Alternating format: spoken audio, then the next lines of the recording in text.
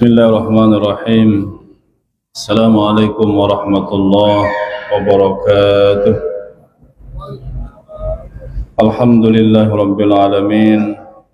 Salatu wassalamu ala awwali qabil litajalli minal haqiqatil kulliyah wa ala alihi wa ashabihi wa man nasarahu wa wala. Rabbi israh li sadri wa yassir li amri wahlul 'uqdatam min lisani yafqahu qawli. Wala haula wala quwwata illa billahil aliyil azim. Amma ba'du. Jamaah kaum muslimin muslimat rahimakumullah. Alhamdulillah, puji syukur senantiasa kita panjatkan kepada Allah Azza wa Jalla atas izin dan ridhonya, petunjuk hidayahnya kepada kita semua. Kita semua pada malam hari yang berbahagia ini kembali dapat berkumpul, bermuajahah, bersilaturahim dalam rangka kita sama-sama melaksanakan pengabdian kita kepada Allah Subhanahu wa Ta'ala, melaksanakan kewajiban kita, terutama kewajiban sholat 5 waktu sehari semalam. Dan baru saja usai kita sholat maghrib berjamaah yang dilanjutkan dengan amalan-amalan sunnah lainnya, maka kita semua berharap mudah-mudahan amal ibadah kita malam hari ini semuanya diterima, dikabulkan oleh Allah Subhanahu wa Ta'ala. Amin ya rabbal alamin. Salawat dan salam tak lupa kita haturkan kepada junjungan alam Nabi besar Muhammad sallallahu alaihi wasallam beserta keluarganya dan para sahabat-sahabatnya, dan kepada segenap kaum muslimin muslimat yang taat di mana saja berada. Kita bacakan Fatihah selaku untuk Bapak Tuan Guru kita yang punya jadwal malam hari ini, Bapak Tuan Guru Haji Ishaq Abdul Ghani LC. Mudah-mudahan beliau diberikan kesehatan, keafiatan yang sempurna oleh Allah Subhanahu wa Ta'ala. Amin ya rabbal alamin. Al-Fatihah.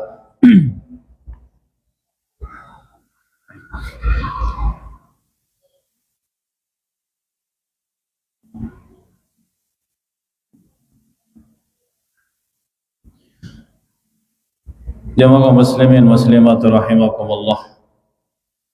Seperti biasa malam ini kita sama-sama kembali berdiskusi, bermusyawarah. Malam hari ini kita berdiskusi tentang sebuah hadis dari baginda Rasulullah sallallahu alaihi wasallam, yakni tentang 6 perkara yang asing pada 6 tempat. Jadi 6 perkara yang asing pada 6 tempat. Beliau bersabda, sittatu asya hunna gharibatun fi sittati mawadi'a. Jadi ada 6 perkara gharibatun. Gharib artinya asing pada 6 tempat. Yang pertama adalah al-masjidu gharibun fima baina qaumin la yusalluna fihi. Sabda Nabi,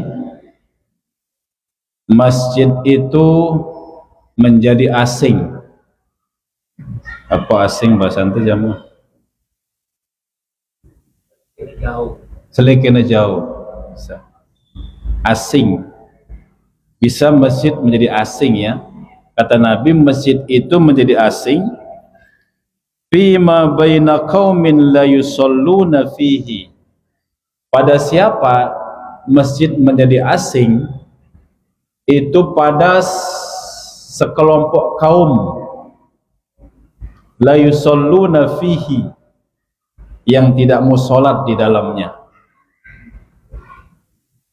Dia buat masjid jamaah, gotong royong rame, kaputan rame, bahan-bahan rame, tapi ketika masjid sudah jadi, yang berjamaah tidak rame.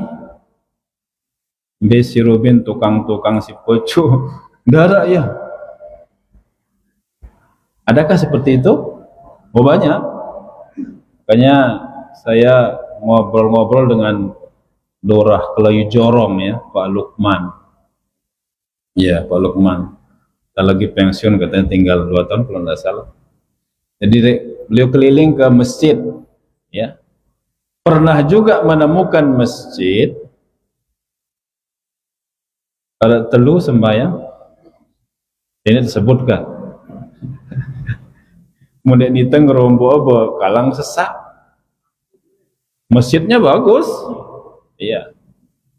Jadi betul kata Nabi ya, masjid menjadi asing. Beta nang dengan kan jawab pada repot le bangket, apalagi ke musim tembakau, pada repot begecok.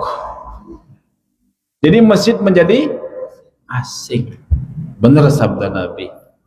Maka dari itu jamaah, ya, dimanapun kita berada, entah kita mukimin atau kita merantau jamaah, tolong kalau ada waktu cari masjid terdekat, sholat berjamaah di sana, agar masjid tidak menjadi asing. Kalau penduduk banyak penduduknya, tapi yang berpunya giroh semangat untuk berjamaah itu ya cukup pada sembahyang le pundak-pundakan ngaduk kereng doang nulak bekelembi, terus sujadahna gedang punti atau kerara siwa guru. Kenapa? Membebaskan diri dari kewajiban.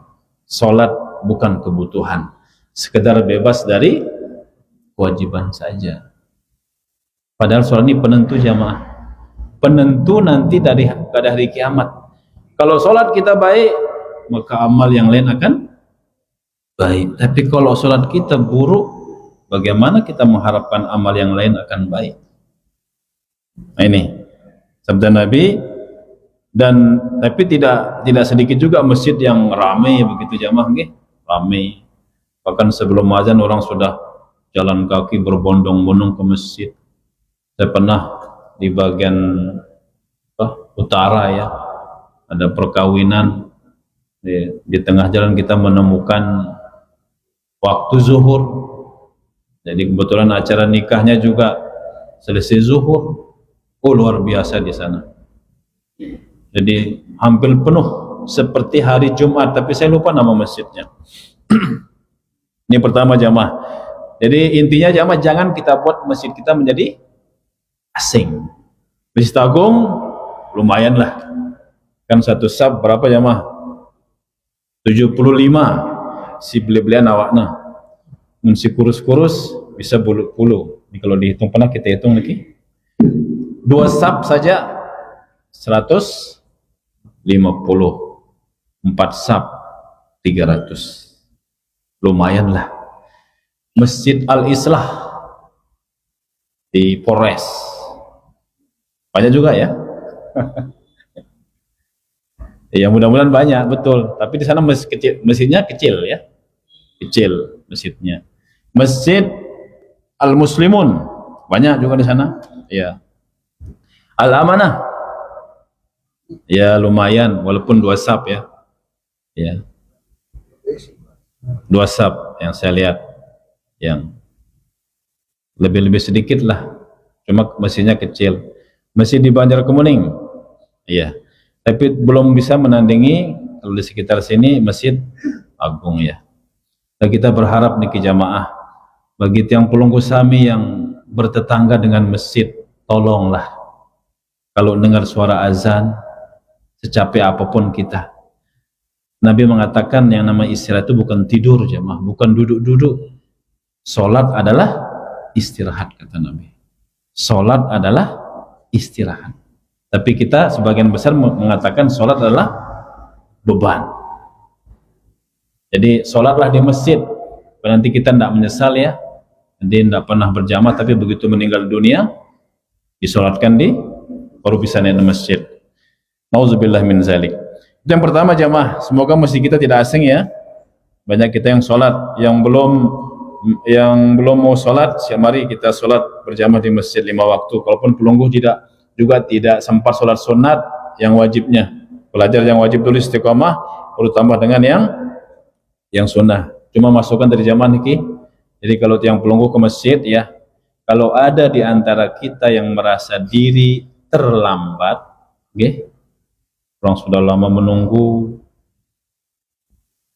terus masjid lain sudah iqamah, kok kita sholat sunnah, tunggu ente malam. Jadi jangan mengejar yang sunnah tapi wajibnya tertunda begitu. Kita kepengen sholat di awal waktu, apalagi maghrib, nilai sholatnya sholat sunnah ghairu muakkadah, ya, tidak muakkah, tidak ditekankan gitu. Tapi tetap sih dapat pahala, tapi tidak seperti pahala yang muakkadah. Jadi mau tetap terlambat ya tunggu aja kamatnya, nanti kalau datang satu lagi tunggu sholat sunat dong isya, ya kan. Ini yang kedua jamaah, ini masukan juga di jamaah, kalau bisa bainal azan wal iqamah jangan kita berbicara kecuali zikrullah. Nantilah kalau ada ngomong-ngomong yang lainnya ba'da sholat saja, setelah selesai sholat dan wiridnya. Itu yang pertama jamaah, okay?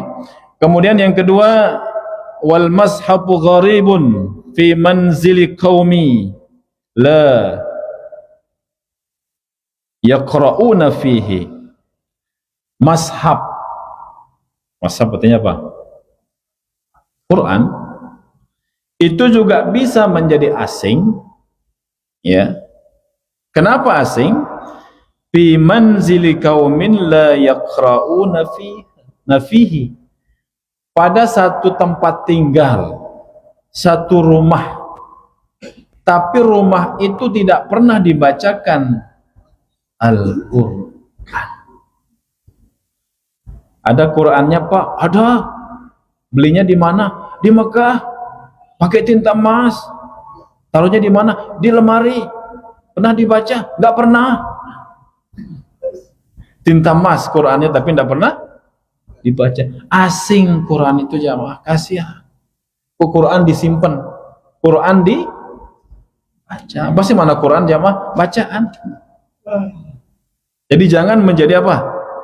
Asing. Kasihan Quran kalau asing di rumah kita. Kenapa? Kita nggak pernah baca Quran.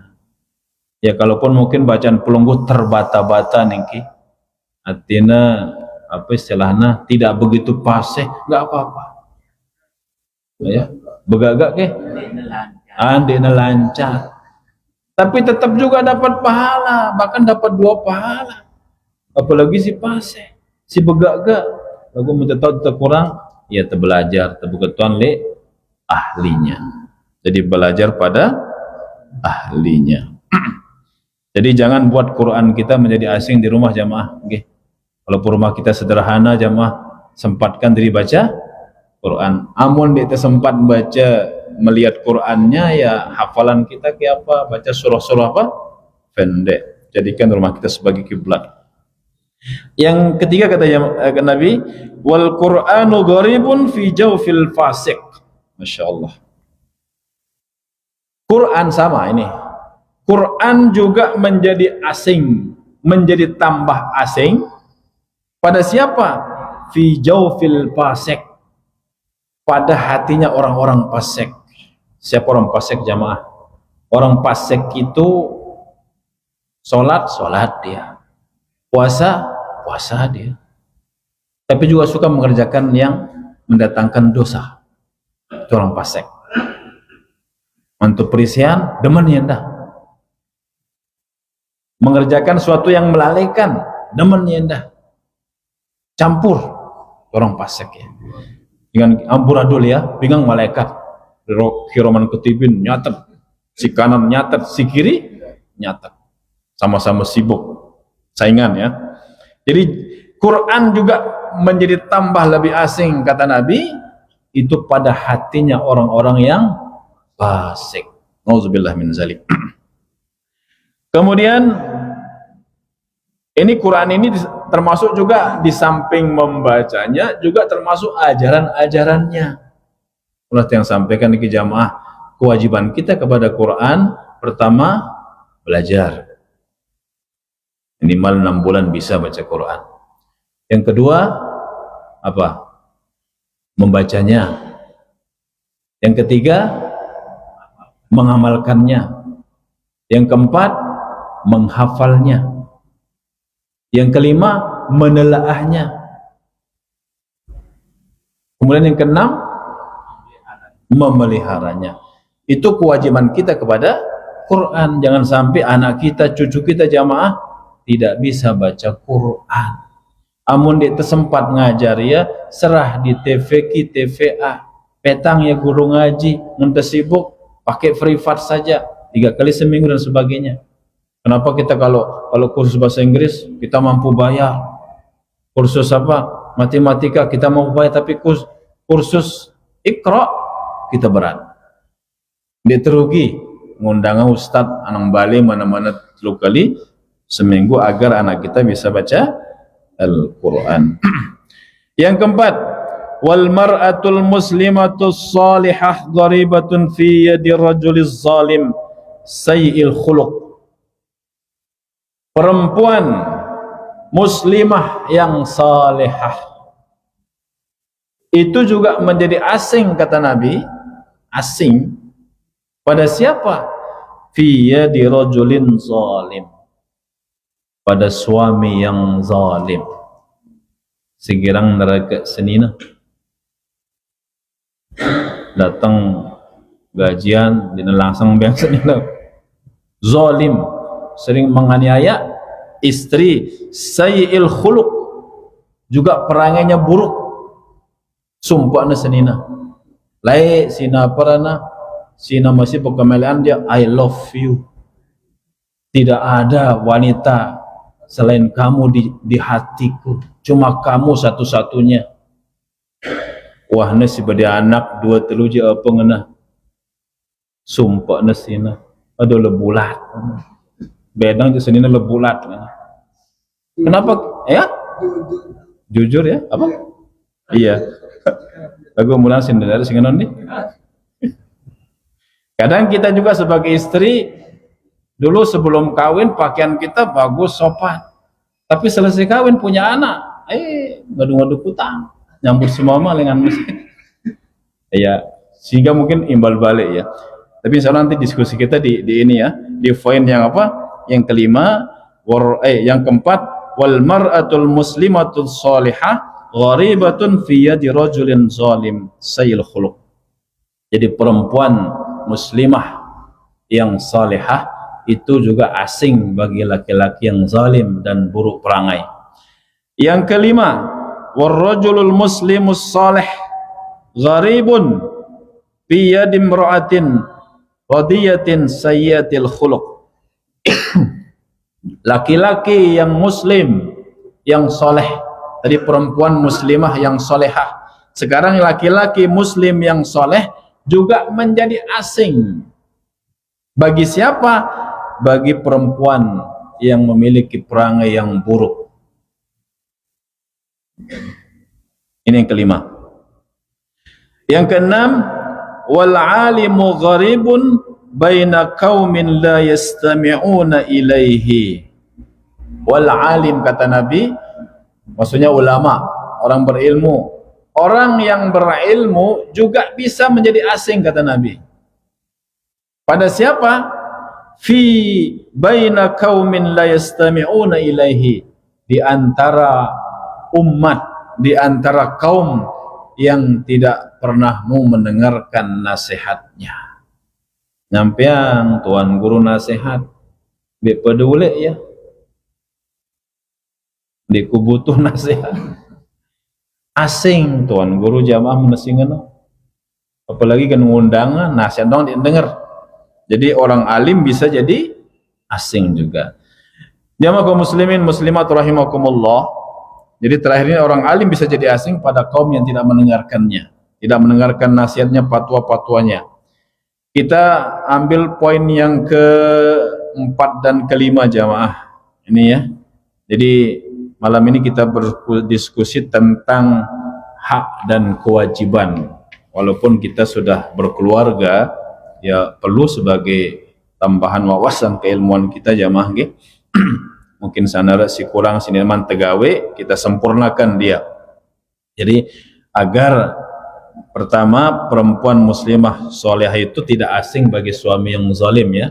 Jadi intinya suami punya kewajiban kepada istri, istri juga punya kewajiban kepada suami. Kewajiban suami hak istri, kewajiban istri hak suami. Apa saja kewajiban daripada suami? Pertama adalah memberikan mahar atau mas kawin. Ada kisida jamaah sindeman lunas mas kawin dah. Insyaallah lunas deh. Kecuali meneblik lalu bro kredit atau berotang ya. Jadi kan rukun nikah itu berapa jamaah? Ada 5 kan? Pertama, calon pengantin laki-laki dan perempuan. Yang kedua, wali. Awas loh kalau Anda ada wali, bisa enggak sah? Enggak bisa. Yang ketiga, 2 orang saksi. Yang keempat, apa? Ijab kabul. Yang kelima, mahar. Ada juga referensi mahar tidak rukun nikah, cuma wajib diberikan. Kenapa? Karena mahar bisa dicicil juga. Di pengalaman kita ada orang minta mahar tanah yang bersertifikat, sementara belum ada sertifikatnya. Tanah sudah ada tapi sertifikatnya belum, hanya dikatakan apa? Non tunai. Jadi ada. Yang lucu, ada juga wali minta mas kawin, lucu jamaah, muda lagu lucu. Apa endengna? Wajari mas kawina niki, wajari mas kawina. Tapi si wali menolak. Dia setuju Ustaz. Yo kan jauh wajari wah terbungkus nih seperangkat pakaian sholat, barang kepeng 1.000 rupiah tunai. Dia setuju. Terus apa melek dah boleh? Melengku dia terus tongkarkan je aku wali anakku di darah, aku berhak nantuang. Apa tadi endeng? Ku ngendeng segelas bareng motek gedang. Luar biasa kan? Mas kawinnya segelas bareng motek gedang. Kan ulah itu metangnya niki jamaah. Maka pacuan si wali, iya melengku segelas air dengan apa motek bahasa Indonesia, Pak?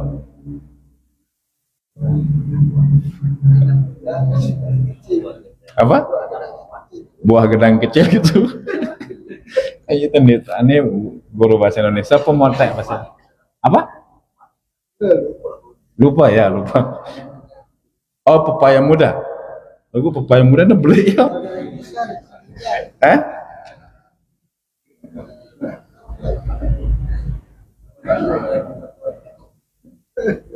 Pepaya ke kira-kira Pak Kepala Sekolah?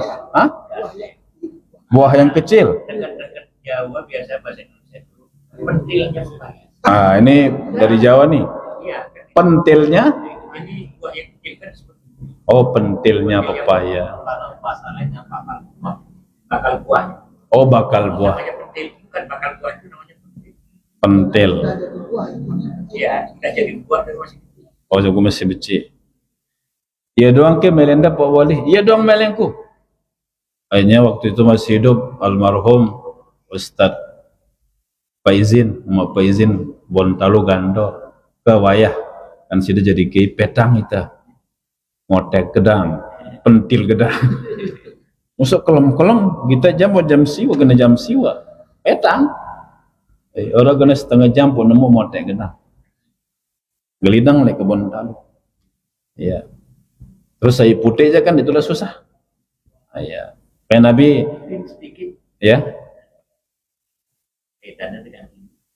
Yang menentukan mas kawin itu wali apa yang berbuat? Kalau anaknya masih gadis boleh wali.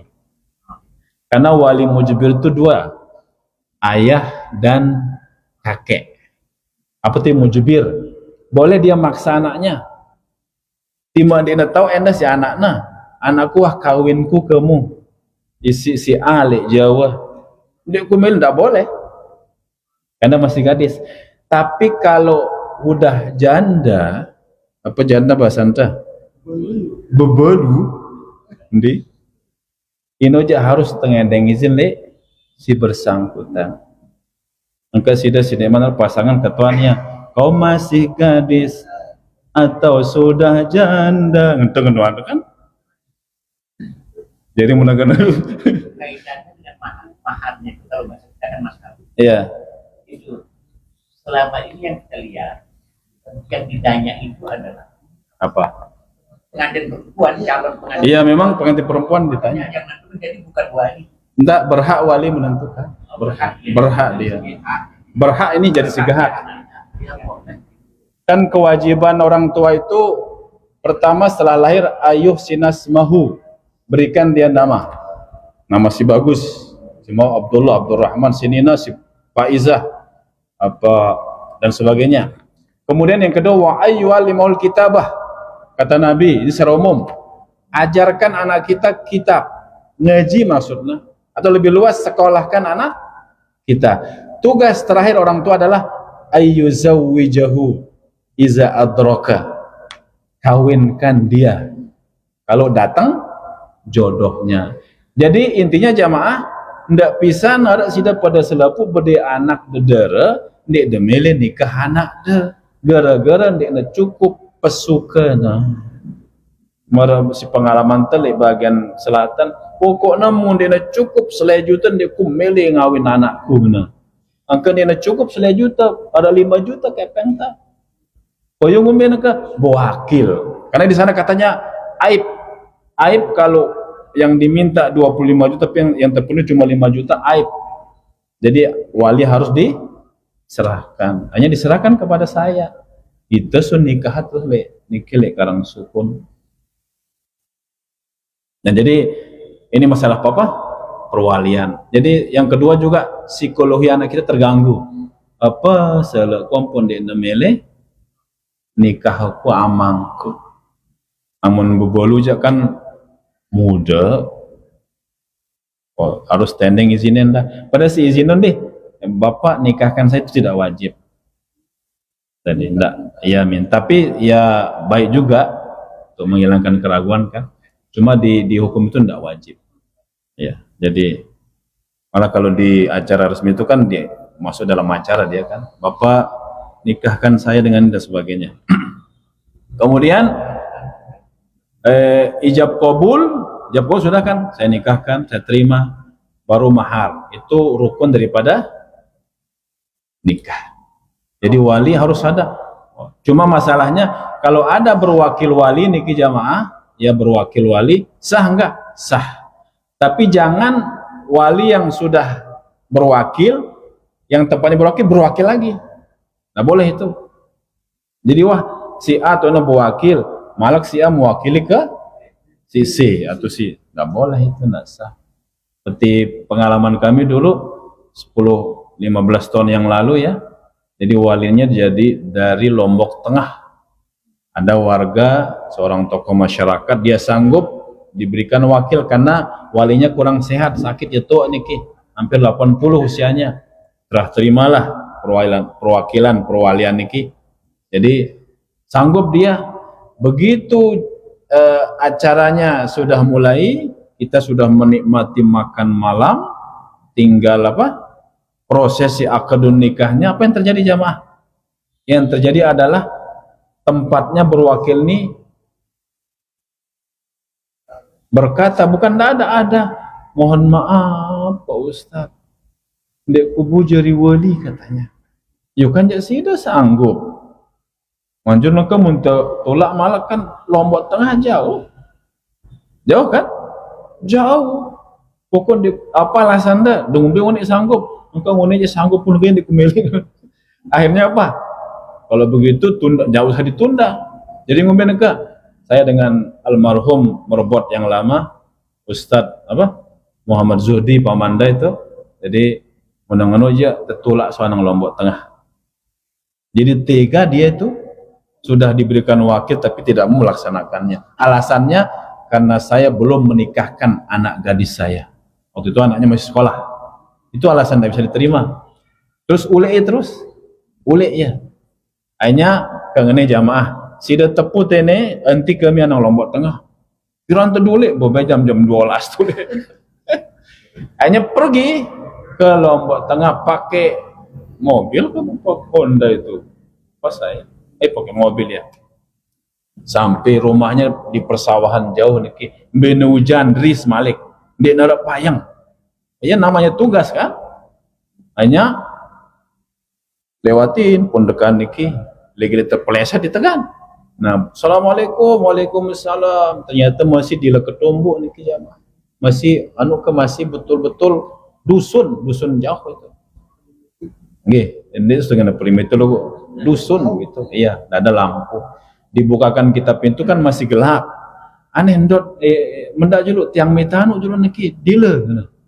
Jadi kendaitan lah dile pas nyolakang api niki aneh salah botol minyak awat nih kenana dile ketombo botol minyak awat niki malah berdodoro pista kendaitan lah dile ketombo nyala bro. Nah biar awas selesai nih kan ngene Pak walinya yang tadi pelunggu serahkan niki yang sudah sanggup tapi ndak bersedia jadi kemudian berulang serah. Nah, diserahkan kepada P3 yakni almarhum Ustaz Muhammad Zuhdi. Nah itu diserahkan ijab kabul kami pulang kan bega Lombok Tengah niki Bapak Ibu bega jauh nah. Akhirnya sampai di rumah ternyata sepi. Padahal pada bitupo selalu kan pada mangan. Yuh meti pada angka pada ngantuk. Duduk. Pula itu berduduk. Itu pentingnya apa?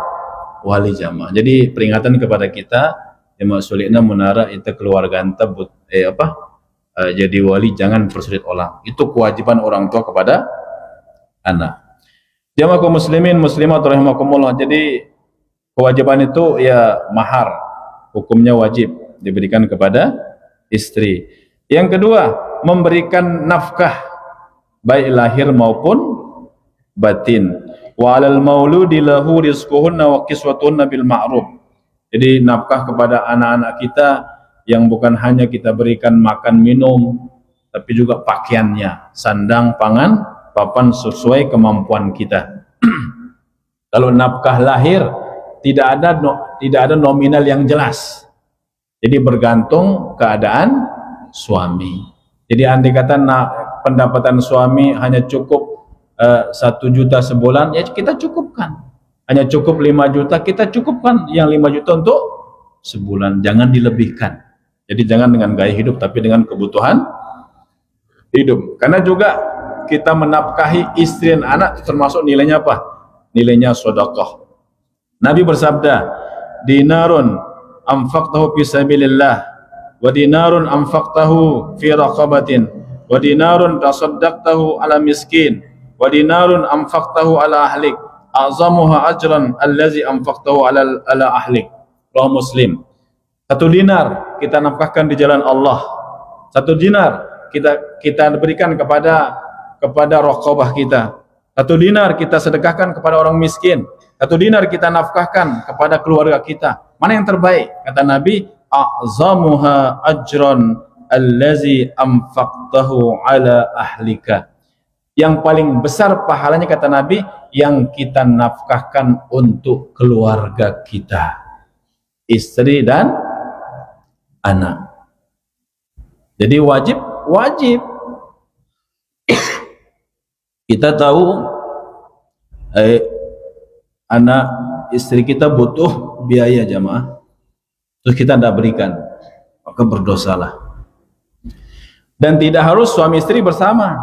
Kalaupun ada suami istri bercerai ya, misalnya meninggalkan 3 orang anak bercerai, ya, siapa yang wajib memberikan nafkah mungkin kepada istri sudah stop setelah habis masa iddah, tapi kepada anak yang 3, ya mantan suami, bapaknya, itu wajib memberikan nafkah kepada anaknya. Tapi kadang kita lihat kan si ngurusin kah inana doa, mau dia beborah inana dia mau makanan. Itu perbuatan dosa besar jamaah. Jadi laksanakan kewajiban kita memberikan nafkah lahir maupun batin. Kalau batin ya sesuai keadaan. Nafkah batin itu kalau di fikih itu jangan lebih dari 4 hari.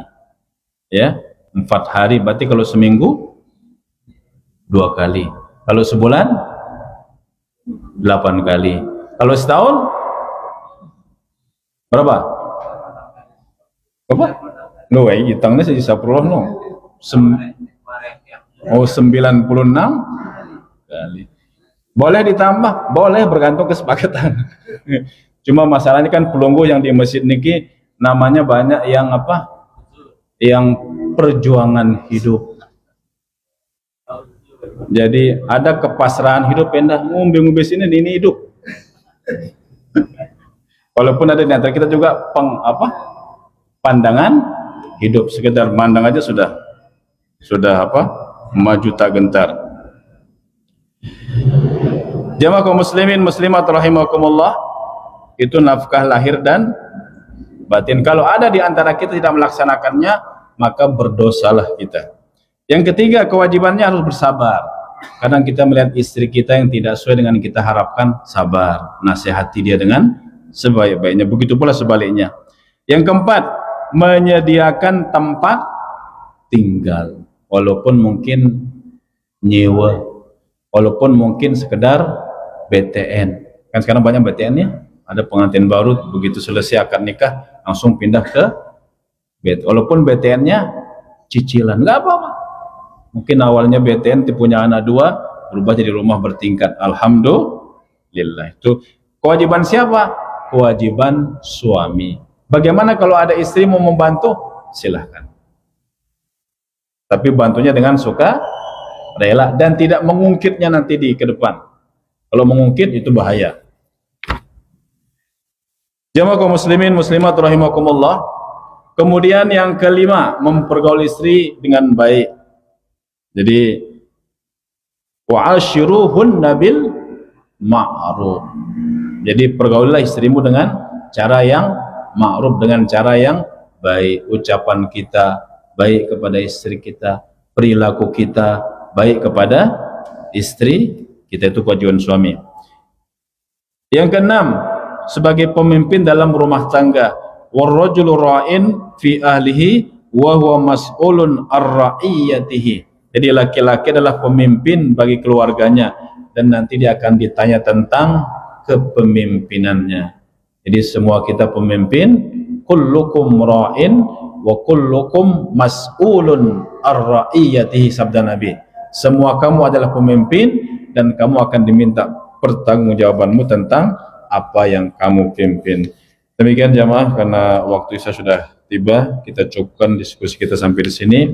Semoga bermanfaat. Terima kasih dan mohon maaf atas segala kekurangan dan kehilafan. Assalamualaikum warahmatullahi wabarakatuh.